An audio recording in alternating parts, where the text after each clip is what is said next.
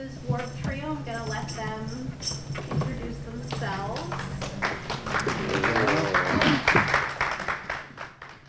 We'll introduce ourselves first through some music, and then we'll talk.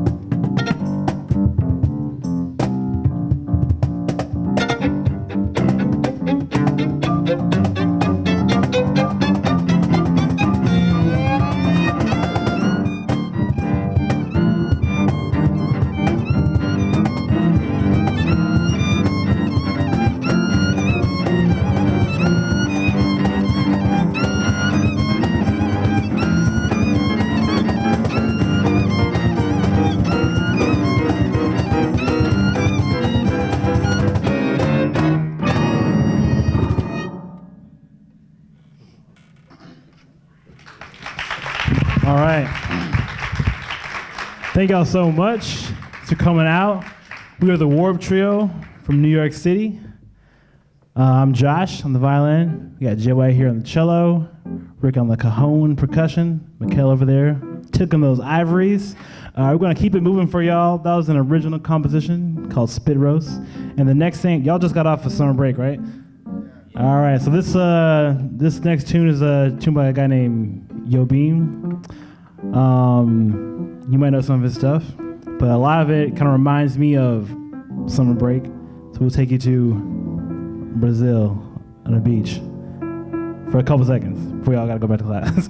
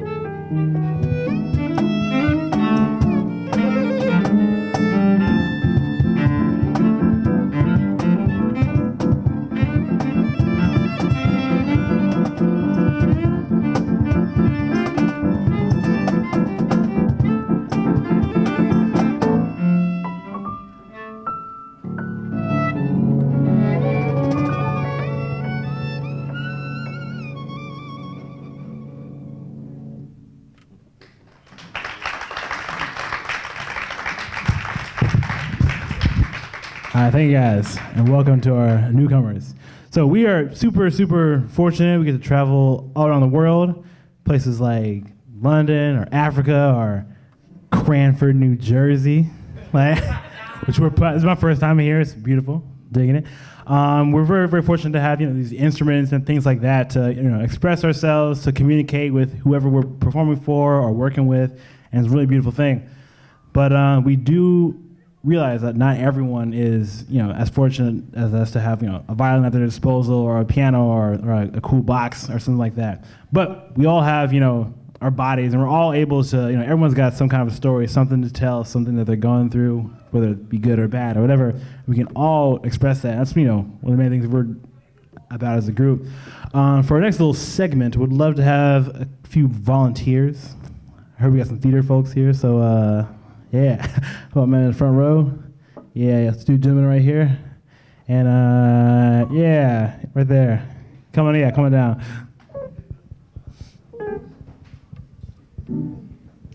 Oh wait, actually, you can chill for a second. We'll be back. We're good. We'll call you though. Yeah, come on up stage. Get up on it. Feel these lights. Thank you. All right, front and center, gentlemen, please. Thank you. All right, now I know all y'all know each other. Oh yeah. Come on up. Yeah, there's always room for one more. So I know you guys all know each other, but we're new. So if you could please introduce yourselves to us, please. My name is Christopher Ingram. My name's Philip. My name is Juwan. D'Angelo. All right, so we have these brave gentlemen here. They're going to do this experiment with us. First of all, round of applause for putting themselves on the line here. I have no idea what I'm about to ask them. So like I said, we all have bodies, and we're all capable of expression without instruments and such things. So for this exercise, we're going to hear a little bit of music, some inspiration, if you will, from the gentleman back here, and then we're going to respond, and just like a second or two, with whatever that makes us want to do. You can be like some kind of dance moves, kind of motion, whatever. There are no wrong answers here. As a demonstration, I'll go first. So if I could get a little something.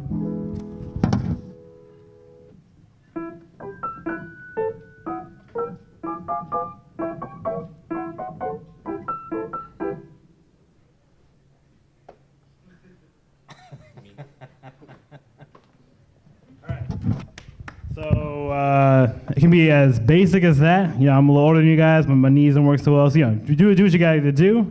No wrong movements here. It's all great. All right. So Chris is gonna start us off.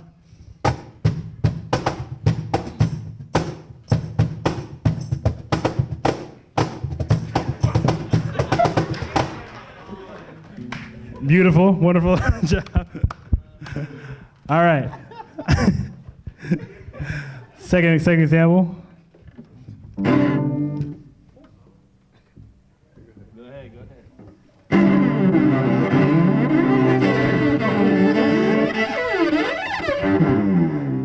Okay. Nice. Yeah, y'all want to come on tour with us?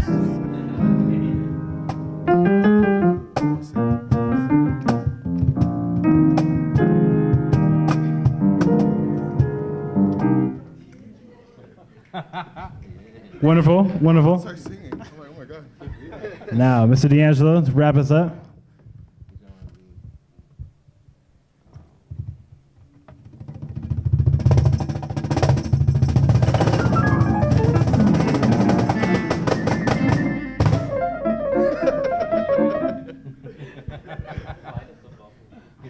I saw the yellow. Yeah, that was great. Awesome. So once again, a round of applause for these gentlemen. Yeah. All right, y'all may return. We'll be back. So like I said, we travel around. We love to communicate. That's what hopefully we should be doing as an artist, or whatever you guys are doing, even as a non-artist. This next little tune is about a night in the New York City neighborhood of Harlem, which I'm sure you guys heard of or been to. It's not that far away. Slightly different than Cranford. Not saying one's better, one's worse, just some differences. And this is The Black and Tan Fantasy by Duke Ellington, the American composer. And so in this particular piece, he's trying to communicate how crazy it is a night in Harlem, especially back in the day when he was writing this. So back then you could hear, all kinds of sirens. You can still hear them, I live there now. A funeral procession, some dudes selling chickens and essential oils and CDs in the streets, all kinds of crazy stuff. So this is his, attempt to depict all that craziness in, a 45-minute piece of music. And we will do our best to try and do that as well.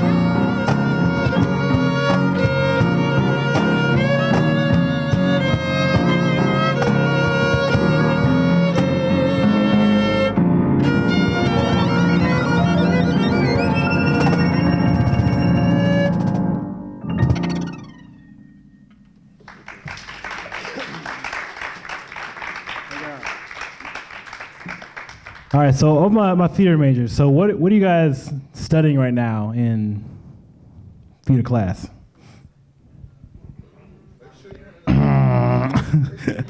Just shout it out, say some stuff. Yeah. Lots of Aristotle? Yeah. Wonderful, wonderful. I like the man right here. What's your name? Ion? Wonderful name. What Ion said, lots of Aristotle. You guys are first year? Awesome, yeah. So much of what we do, like when we go see like the Avengers on the movies or see Idris Elba do something, whatever, you know, all these people, like these wonderful, wonderful actors, like they studied Aristotle. They went back to like when the theater was like, you know, invented, and they really, really, really learned like the building blocks of how this art form like came together, and like why do we do all these things now? And like I'm sure as you guys are studying this, all of this is just like unfolding before your eyes, and minds are being blown. If that hasn't happened yet, it will happen. I'm sure at the end of your studies, and you'll thank your professor for making you study these Aristotle plays and Shakespeare plays. Yeah, the cool stuff. So just like, you know, we play a lot of different types of music with these instruments. Also, we do some electric stuff and play with rappers, and we love every different style. However, we all went to school for classical music, and we had to study our equivalents of Aristotle when we were there, and we still do that same stuff and maintain that as we, you know, grow older and older. So in all of our shows, we try and put a little bit of that into, you know, whatever we're doing. So this next little tune is going to combine a little bit of that with our, you know, our Shakespeare, Aristotle equivalent, this guy named Johann Sebastian Bach. Wrote a bunch of cool stuff, and, you know, every musician has to study him at some point. So it's going to start off with some Bach by J.Y. It's going to combine itself with some 21st century music by a composer named Craig Taborn, and it's going to be glued together by improvised things that you will be hearing now for the first time. And we have to call this one 21 Groove Street.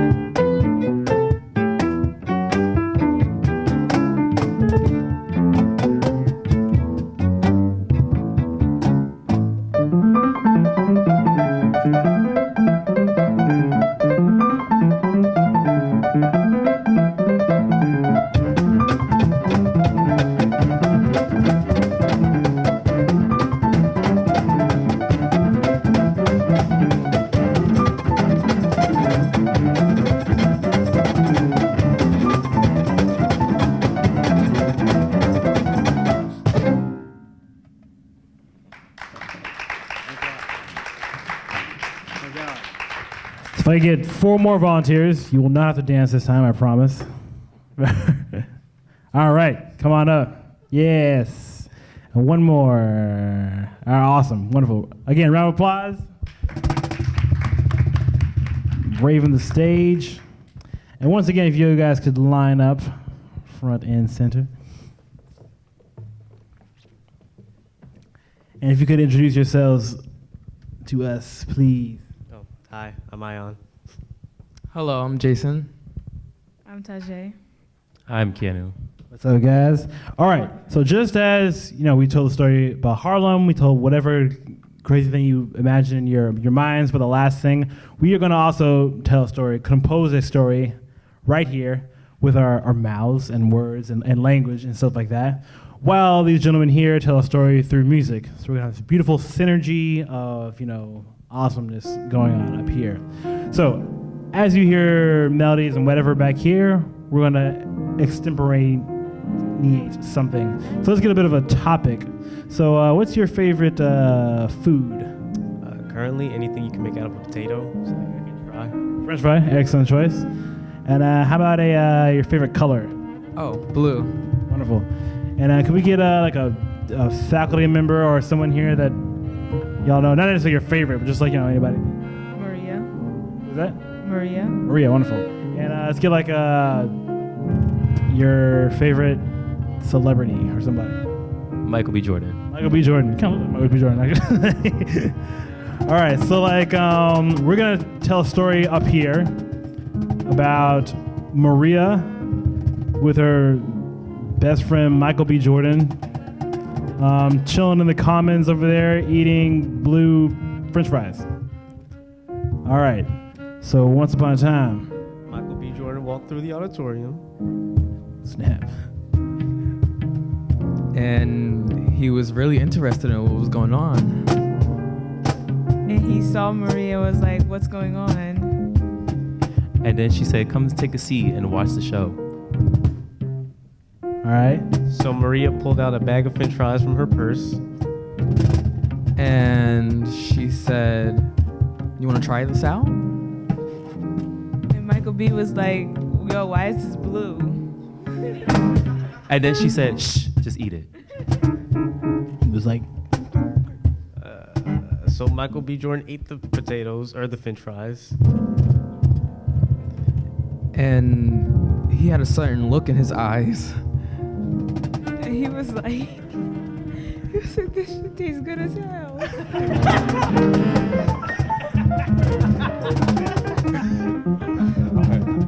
He said, you know what? Give me the whole bag. all right, it's heating up. Last couple rounds. So Maria's like, no, you cannot have the whole bag of French fries. He said, how about I buy them off of you?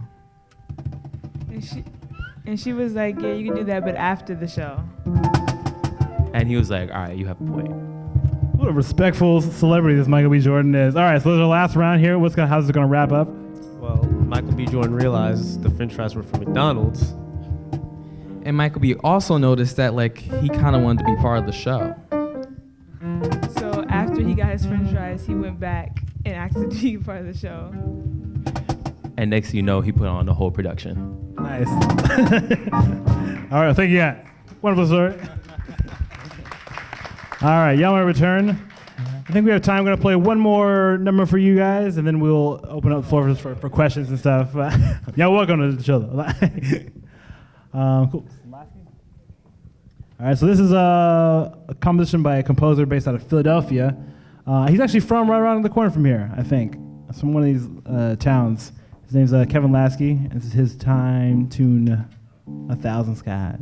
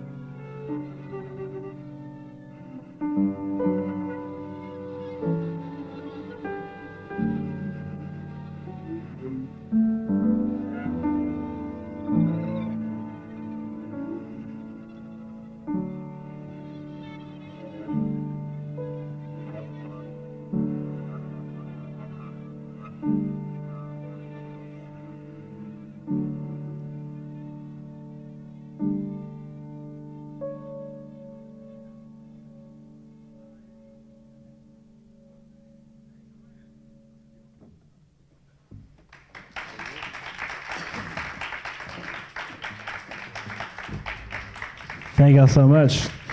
So we have a few minutes before you guys have to go back to class, just for questions about, whatever, music, life, stuff, and y'all studying.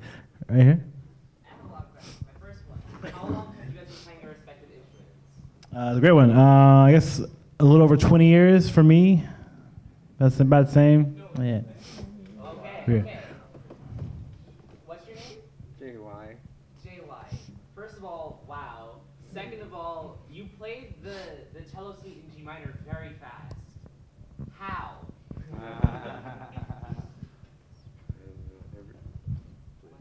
Yeah, I played a lot. Okay. We used to live together. Just every morning, he's like, "All right, let me get this buzz out this box this morning." Before he brushes his teeth, just like you gotta bust one out a day. Just kidding. But playing fast, I've just a lot of slow practice. Okay. I will say that is the true living together story. How and when did you guys form? Great one. We've been together with this group about almost 5 years now, and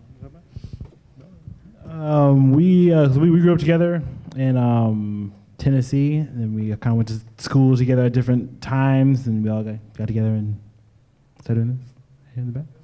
My question is for the drummer. I'm sorry. Yeah, Rick. Oh, great. What's your instrument called? I've never seen it. It's called a cajon. It's a Peruvian origin, I think. Yeah, it's basically like a guitar that the kind of soundboard here, and then the hole for you can put a mic in there. This particular one folds down into a little IKEA thing, and get much easier for travel. But yeah, it's not much. How hard was it to learn your instrument? It's like finger drumming almost. Oh, this one actually, I'm more formally trained on my drum kit, and Yeah, I saw that. so it was like I just kind of bought this not too long ago, and it works for this kind of, I bring it on my back as opposed to a full drum kit.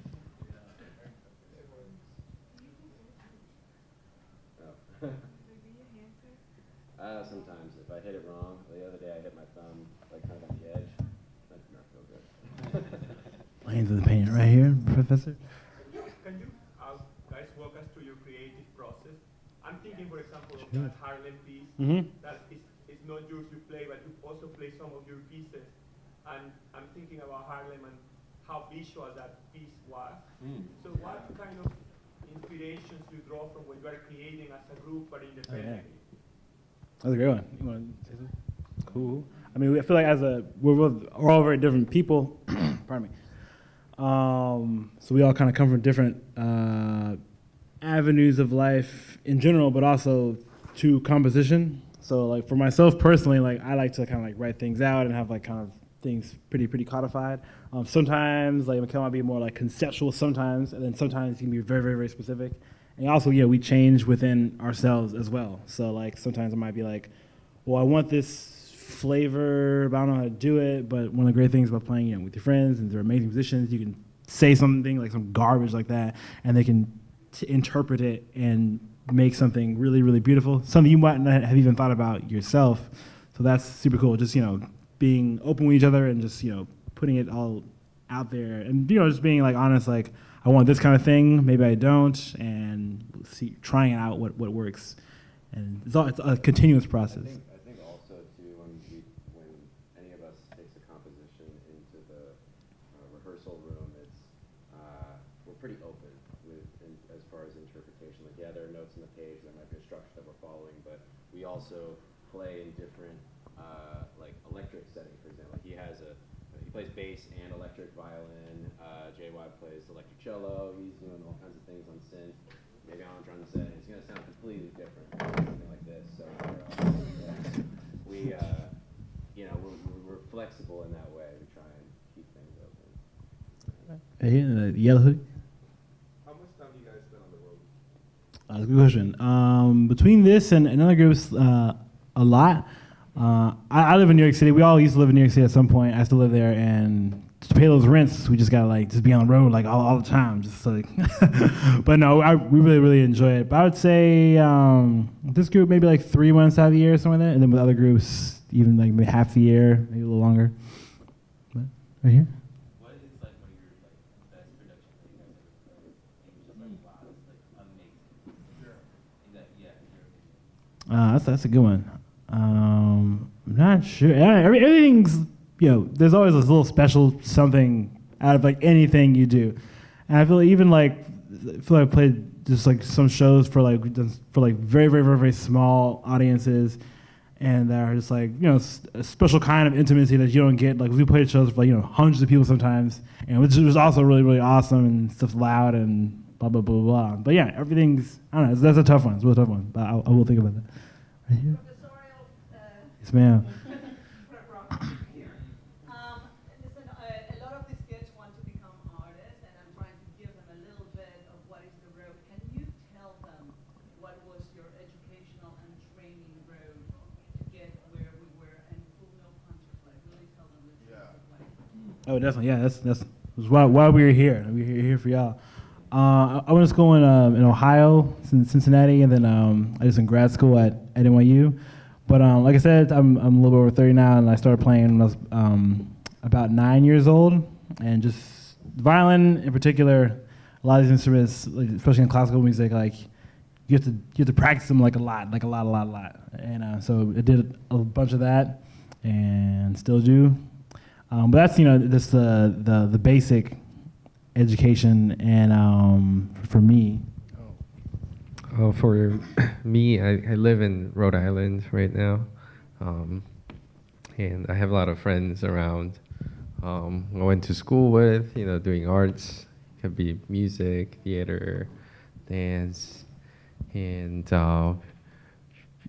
it was important to stay in touch with a lot of friends because you never know how. I mean, the art world is so small. You never know how people get together, and I think it's important to sort of find a community that you can build on, sort of, because you want to be creative, you want to do your creative projects, but also you want to make a living at the same time. So just find, I'm still searching for sort of a place in community where I can work to pay, bills and things like that, but I also do creative, artwork. So I think that's, yeah. I grew up on the East Coast. I live in Portland, Oregon now, but I fly back and forth for different groups. I would say I went to school in Baltimore area for high school, and then went up to New York for college, where I studied jazz and a bunch of other music. But I'd say if I went back and had to do it again, I would definitely get with as many people as possible and just play. And the guys who are out, doing the thing are faceted. They have skills in every genre of music. Or if you're in theater, it's like get together with your music buddies, get together with film guys, get together with photographer. Like really make your connections now, especially since you're in that kind of environment. It's so important, because when I got out of school, like a lot of my work is from my peers, and they're really the ones who are blazing trails and making a difference, making a change. So I strongly encourage that as you move on. Keep your studies in mind, but also keep your friends close too. Yeah, a lot of good stuff. I would a lot of parallels. Like we all went through music school. I kind of grew up jumping around the country, military family. I grew up in the Caribbean sometime, Trinidad and Tobago, and no Caribbean people. Yeah, shit was quiet. But the one thing I would say is you guys are so close to New York City. You guys are all theater people, right? You guys go to Broadway, like go to Broadway, go to off Broadway, go to off Broadway.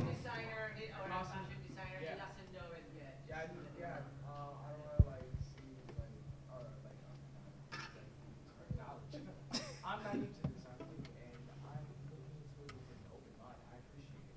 We're all artists and creatives, and it all kind of falls under displaying a narrative, but in our style of work. You know what I mean? Like plays, you're displaying a different narrative than a movie, than instruments, arts, all like just expression. You have to like, it's all the same thing almost. That's awesome. Like you, right? You speak the same language. Exactly. Really hard. I'm in school right now. I'm in grad school still, Stony Brook in Long Island. I'm a Stony Brook. Oh my goodness! Yeah. Oh no, I don't eat there. I'm a grad student. But no, what you said is what's your name? Gabriel. Yeah, it was awesome because my other point was gonna be I was saying go see things. New York is right there. We get what was it, 20-minute train or some shit? It was just get there. Get there. Go see something. Go to the village. Go live the art that you guys are studying. Because it's textbooks and videos do nothing. YouTube is lovely, but go taste it. Go feel it. And what Gabriel was saying, like, we all love stories. So like, go form your stories. Go live. Go experience things safely. but don't. Artists, we have to be comfortable with getting out of our shell. That's the main thing. And I already see that in you guys coming up and telling stories and dancing and twerking and all this. like keep growing, keep pushing against, the norms. Because that's where art lies, that's where beauty lies. We have time for one more? Please. How, like, as a musician, like, I started music, I want to say, like, a year ago. And, like, I've been doing a lot of studying. Is there any composers, like, other than classical ones, that I've been studying, like, Beethoven, Bach, Tchaikovsky? Is there anything that you would recommend as a musician? Oh, definitely. I mean, definitely like the Duke Ellington we played. Like a lot, our people get pigeonholed into like, this jazz composer, but people like that, Duke Ellington, Charles Mingus, people just amazing control of like theoretical music and like all this knowledge and just like this is amazing. So all that stuff like. But also the Beatles. Yeah. Pink Floyd. All these bands. They people push them away and say it's rock music, whatever, but. They write 20-minute pieces that are symphonies, and that have the same stories that you guys are talking about. Two questions, but they kind of like take after each other. First question: are any of you vocally trained? Two, not that you guys need it, but you guys think about like adding vocals. The first piece was original, as you guys said, and it sounded really very beautiful. And I can like hear some kind of like vocals. Yeah, some vocals on that, and that would sound really good. None of us are vocally trained. I dab a little bit. No. But we do we do collaborate, and that's the thing too. In your art, I would encourage like we've played shows together with like live painters and interpretive dance going on at the same time. So we have this like Black History program that we do every year, and there's like spoken word. There's all kinds of amazing artists that come out and just like live it with us, and it's we haven't really written anything specific, I don't think, for like vocal melodies, but if we see somebody and they're really into our stuff and they're like, hey, I have a piece I want to play, we're like, absolutely, like let's make it happen. And those are usually great concerts. Oh yeah, we're easy to find. Just yeah. All our warptrio.com, all the stuff, Instagram. Just look us up, and we're gonna be posting it. And yeah, I think we have one more, and then I think we gotta let you guys go. Tell them our warptrio.com. Oh yeah, all that stuff. We like I said, warptrio.com, Facebook, all the stuff. Yeah. Yeah. What inspires you guys to do the music that you guys do? Like, what gives you that itch to make music together? Oh, great. I feel just for myself, just the world we live in. There's even there's not everything you see on the news is like great. There's always constant inspiration from everything that's going on in all of our lives, whether it's personal or the world at large. So there's no shortage of beautiful things. Even like the park across the street from the school is like gorgeous, and just makes people want to be like alive and like create stuff. And I think also to add on that, when we get together, because we don't play together every day. Sometimes there are big gaps, and we'll come back, and somebody will have some riff on piano or some idea that they've been floating around in their head, and then we all just kind of latch onto that and get inspired. And then sometimes we just make a piece on the spot, which is inspiring for me. I don't know. These guys can play anything. I'll say one more thing. Yeah. One more thing to that is that we like the open-minded thing for real. We really keep an open mind, and we listen to everything. If like country music, we listen to country music before Old Town Road came out. Like if you know, but if millions of people are listening to something, and you say you hate it, you got to rethink why you hate. You know what I'm saying? Like I never say I hate something. I'm like, let me give it a chance. So I kind of like every genre of music. You know, I listen to everything. Let's put it that way. I like things more than the other. I know she said like if someone has like an idea, you guys just go by that. Do you guys just like take it as memory, or do you guys write it down on like a sheet? Yeah, how do you? Sometimes he'll like just record it on his phone. Like before this, we were literally just jamming on something. Like I showed him an app on my iPad, and he pulled it up on the synth. It's like, oh, I really love that sound. And then he starts playing it, and then I start playing. He starts dancing. And then I record on the phone. Like those little seeds of just inspiration, you know, he plants it, and then we're like, oh, let's remember that. Let's just make a mental note or whatever, and then we'll take it home. You know, oh, I've been working on this. Send a message online and a recording. Boom, we have a piece that we're gonna play for the next show. Yeah, and then codify it later if we need to, like write it on paper and stuff like that. And the good thing about going on tour and playing all these shows is that you can experiment. Something doesn't go well. You be like, okay, next time we do this shit differently. I'm taking my cue for you, so from you. So when you're like, cut it out, but I don't want to let it go. Yeah. Oh, we're here. Yeah. Can I get a middle C sample? Got Dr. Dre in the house. The quality of your instrument, like your violin sings and that cello for some reason, like I think the song is called Spit Roast. Like you guys were bugging. Like the composition's absolutely gorgeous. But it's the sound quality that I'm interested in because like getting a human feel, like a human texture across of an instrument is very difficult to get. Yeah, especially when you make your own like. Are y'all producers okay, yeah. I sense that, yeah. All right, we in the studio.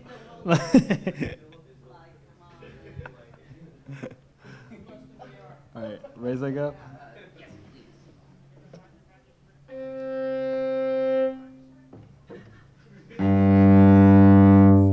Oh, I'll take it. Thank you. That'd be $5,000, please. No,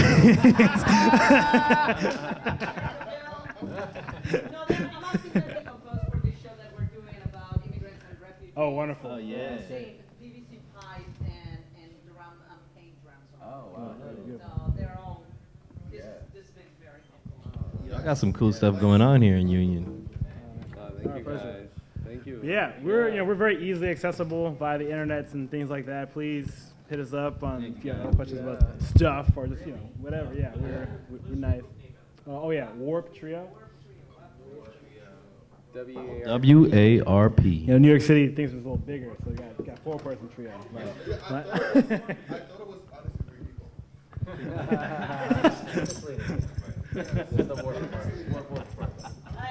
Thank you guys.